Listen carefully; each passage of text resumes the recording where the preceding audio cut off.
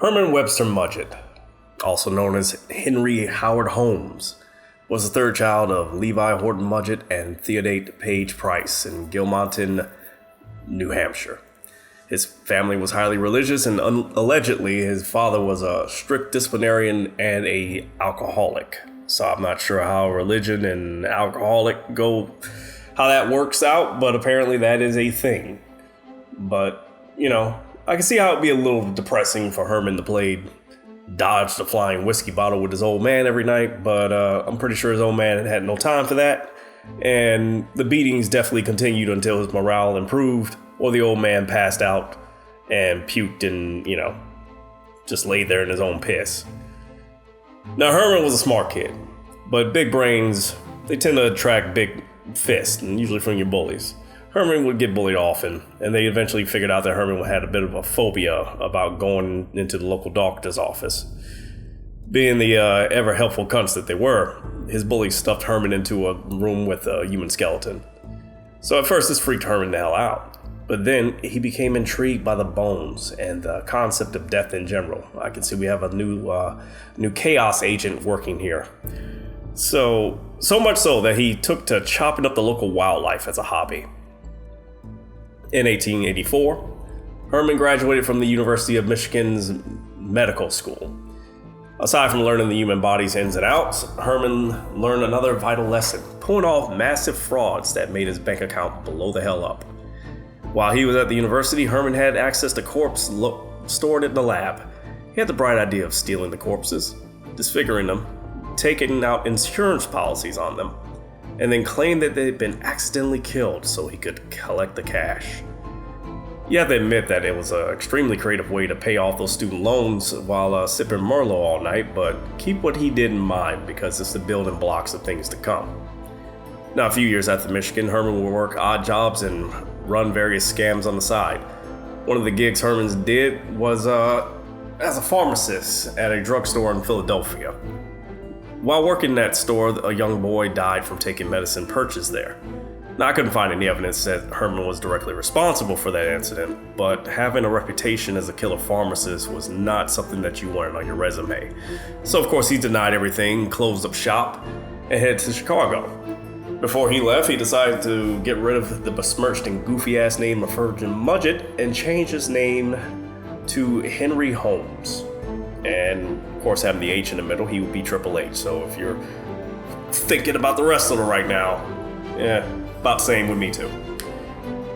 For some reason, his wife began to fall out with him. I don't know, maybe the kid dying might have been the thing to it, but it was never said. And instead of repairing the relationship, Herman was like, well, if you ain't gonna get on these nuts, another bitch will, and left his wife and son to fend for themselves. He would marry again. But the problem with that is that he never bothered to divorce Clara, his wife.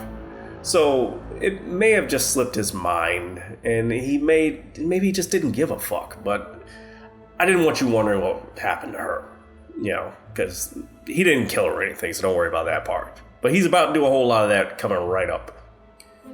Now, Holmes pulled in Chicago in August 1886 and proceeded to look for work. He found plenty of it at Elizabeth Holton's drugstore in Inglewood.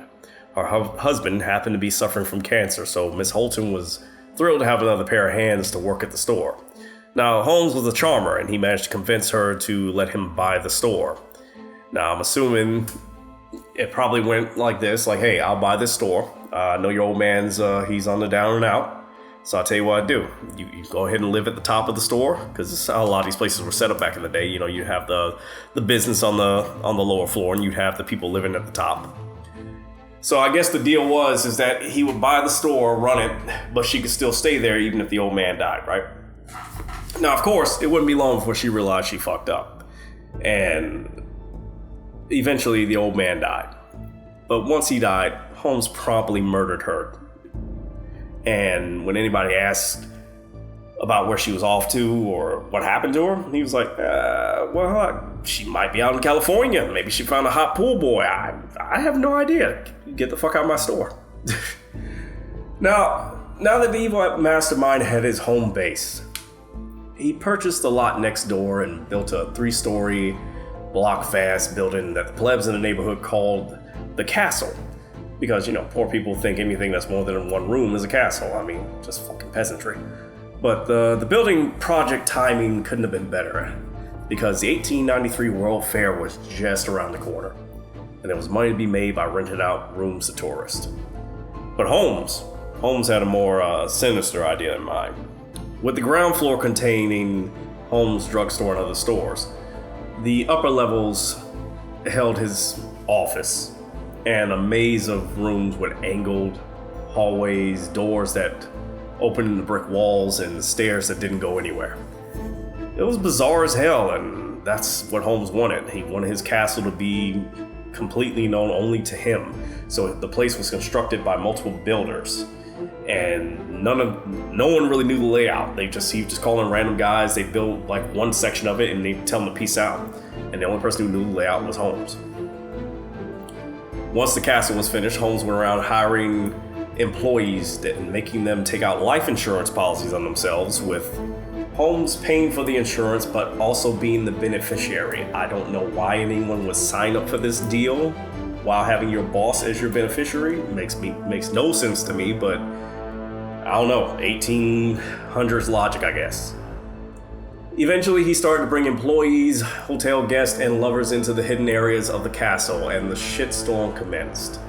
Over the next 3 years, Holmes would use the castle's remote areas for gruesome torture, murder, and body disposals. There were soundproof rooms in which victims were asphyxiated by gas. Another room was used for hangings, while another would be reached by a trap door in the ceiling. Holmes would sit back and eat steak and ice cream while the unlucky bastard in the room died of hunger and thirst. He would even put them up in a bank vault just to listen to them scream and eventually suffocate. I would have probably wagered to say this is probably the worst 5-star service ever. But Holmes would dispose of the bodies in his basement. He would strip the flesh from some of them and sell the skeletons to medical schools. Other bodies would be cremated in the building's furnaces or put in the lime pits for disposal. At this point, it's clear that Holmes was one cold-blooded son of a bitch. Not only did he get his murder boner hooked up with his death trap of a hotel, but he made a nice profit selling skeletons to medical schools that clearly weren't too curious about how he came across so many skeletons, because in the end of the day, doctors are assholes and they just don't care. Holmes simply gave no fucks about anyone, including the women he loved. Julia Smythe was the wife of Ned Connor, a dude who worked for Holmes. Eventually, she started putting that ass out there for Holmes, and when the husband found out, he got pissed and told Holmes that he can, quote, have the bitch, and took off, leaving his daughter behind as well. Of course, Holmes didn't like to pull out, and Julia got pregnant and attempted to force Holmes into marriage.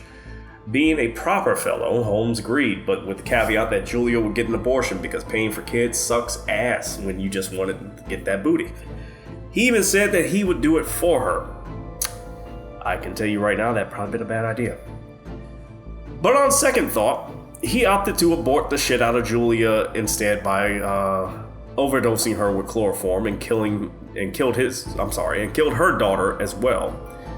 When asked about their whereabouts, Holmes fell back on the tried and true, quote, she went to a wedding in Iowa and found a pool boy or something. Yo, why y'all keep asking me this fucking question about this shit? Y'all nosy as fuck. Go watch Netflix. Okay? End quote. Now, eventually, Holmes he'd had plenty of bills in Chicago, but no cash to pay his creditors. So he decided it was time to transform and roll out to Texas. Now, while in Texas, he hooked up with two sisters who happened to be railroad heiresses and agreed to marry them both. I don't know how would you pull that off? How are you gonna marry off two sisters in the middle of America? Okay, whatever. In classic Triple H style, he managed to make both these broads sign over their inheritance to him before killing them and going down to the local strip club to make it rain with his newfound cash. Holmes considered making another death castle in Texas, but unlike Chicago, Texas law enforcement weren't the one to fuck around, and feeling pressure from the police, Holmes moved around the country for a while. In 1894, Holmes was finally arrested, but don't get happy. He was just locked up on horse theft charges and bailed out. He met a train robber named Marion Hedgepath on the while on lockdown, decided that he was the perfect man to assist him in making big money off his latest insurance schemes. Holmes' plan was to take a $20,000 life insurance policy on himself and then fake his own death. Hedgepath would receive a $500 commission if he hooked Holmes up with a lawyer that he could trust. Hedgepath was all about free money, so he sent him to the brother of a public defender, Colonel Jephthah Howe. Howe thought the plan was the shit, and they enacted the scheme. Fortunately, the insurance company took one look at the claim and replied, "LOL, I saw you at Publix yesterday, asshole, fuck off." Did they have a Publix back then? I don't know, but either way, the insurance company didn't pay out. Holmes was not deterred, however. Benjamin Petzel, one of Holmes' partners in crime, agreed to fake his death on a $10,000 policy. I guess if we go down a little bit lower in the numbers, maybe these insurance companies will let it slide. I don't know. The amount was to be split between Holmes, Petzel's wife, and a cooperating attorney. The plan was that they head back to Philadelphia, pretend Petzel was an inventor named B.F. Perry, and then Petzel dies in a lab explosion.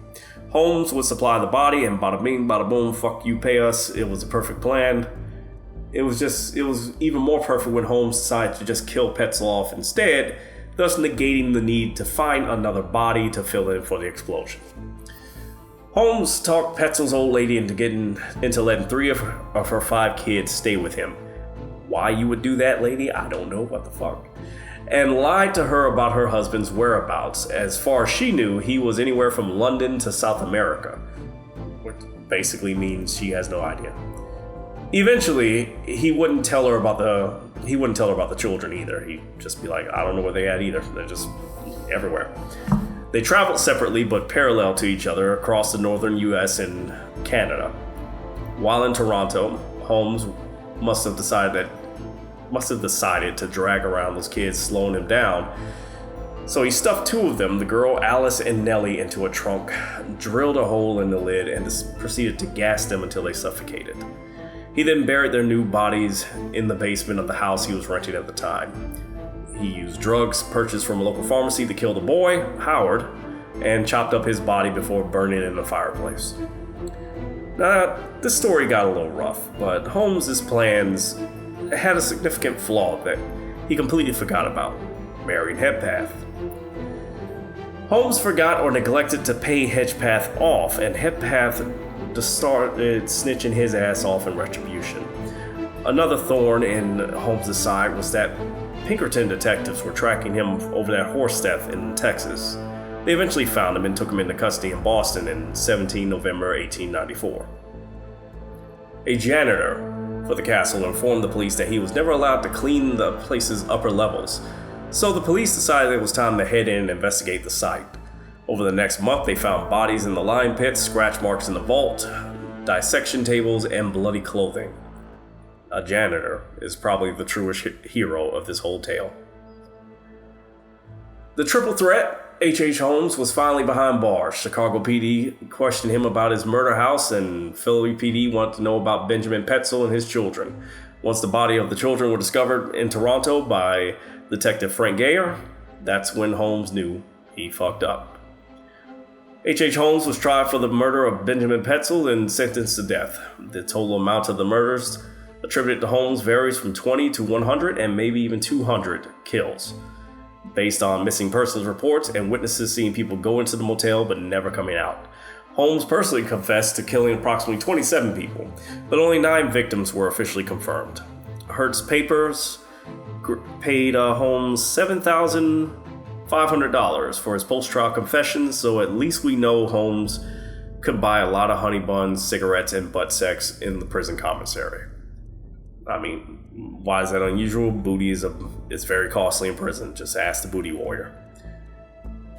Holmes had the usual prison spaz outs. He went through his, quote, I'm innocent bitch phase, to his, quote, the man is keeping a brother down stage, to even a, quote, I'm possessed by Satan and I'm going to suck your cock in hell, pretty boy stint. And I'm pretty serious about the Satan part. I'm not so sure on the cock-sucking part, but it gets, I mean, you know. I didn't get that. Try again. Shut up, Siri. God damn it. suck a cock in hell. God, every fucking time, dude. And it gets, either way, it gets my Evil Dead reference out there, and it's a prison, so there's probably some throat stuffing going on in there. Who's to say it wasn't? On 7 May 1896, Holmes was hanged in Moyamensing Singh prison. Apparently, he took it like a champ and was in decent spirits for a guy about to die. Unfortunately, his hangman clearly wasn't very good at doing the quick neck snap method of hanging, as his death did not come quickly. He died slowly and twitched for approximately 15 minutes. He was pronounced dead 20 minutes after the hanging was initiated. But of course, years later, he'd resurrected from hell, reincarnated, and joined the WWE. So, H.H. Holmes is now Triple fucking H. And if you don't like Triple H, well, go fuck yourself. Anyway, fuck you, pay me. I'm out.